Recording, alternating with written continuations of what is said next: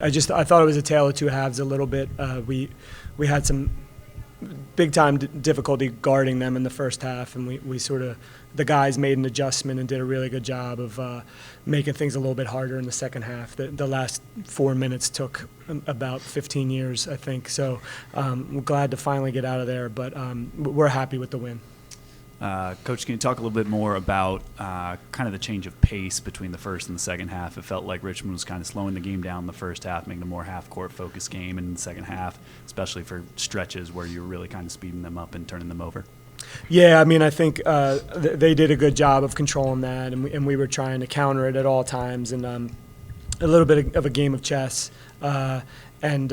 I thought our guys figured our guys did most everything that changed the game. They were aggressive when they needed to be. They sort of figured out where we needed to a little bit of help here and there. And so sometimes I have a tendency to talk too much and try to game plan too much, and I think they really figured it out.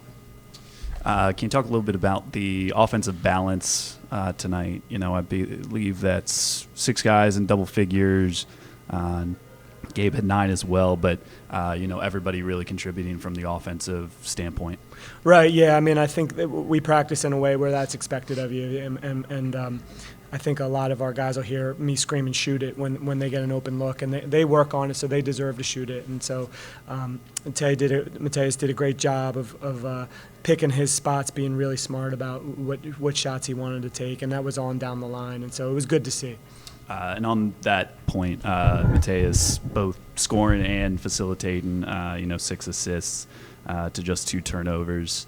Talk a little bit about your game tonight and, maybe the significance of beating the team just up the road in Richmond. Yeah, it's an in-state game for us, so I felt like it was a big game for us since we lost one to ODU earlier in the year. We had a good 2 weeks of practice. We had a long time off with the exam break. We had a good 2 weeks of practice. I felt in the past couple of weeks, Coach had me pushing the ball a lot, ball in my hands a little bit more, just trying to make decisions. So I felt I did a good job of that tonight, trying to get my teammates involved.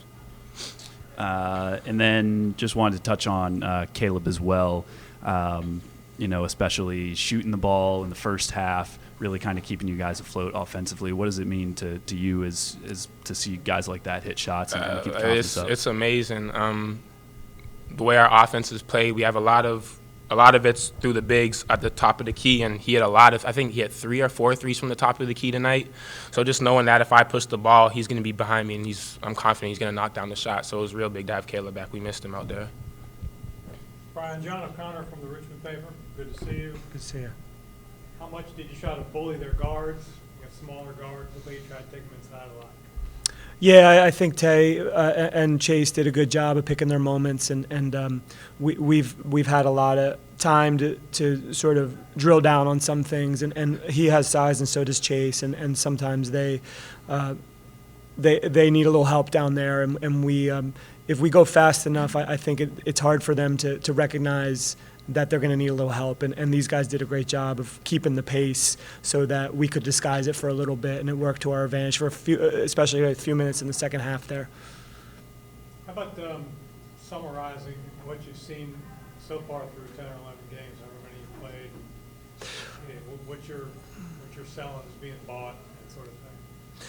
Yeah, I mean, I think we play in an exciting way, and I think it can be confusing for our guys sometimes. And so it's for someone like Matteus, who's been here for a while, to change the pace and the substitution patterns. It's sort of a testament to what these guys can take, and it's some of these guys' final season, and they got to jump in with 2 feet, and they've done that. And some games have gone their way, some games haven't.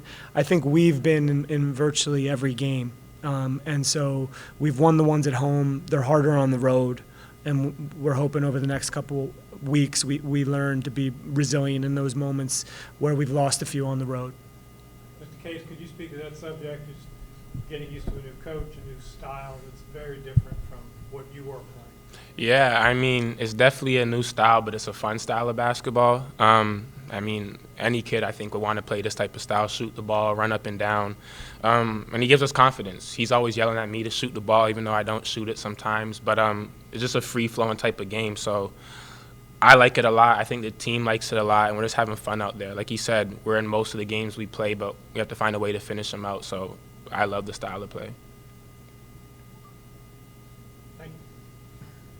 Just one last question for you, Tay. Just taking the 2 weeks off, coming out, shooting as well as you have, like the whole team came out, shot 50% from the field, over 40% from three.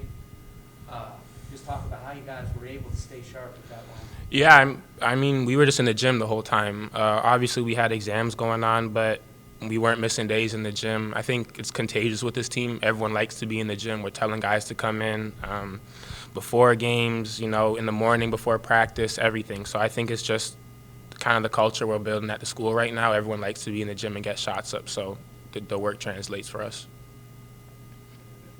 Okay, thank you so much, man. Appreciate it. No problem. Thank you.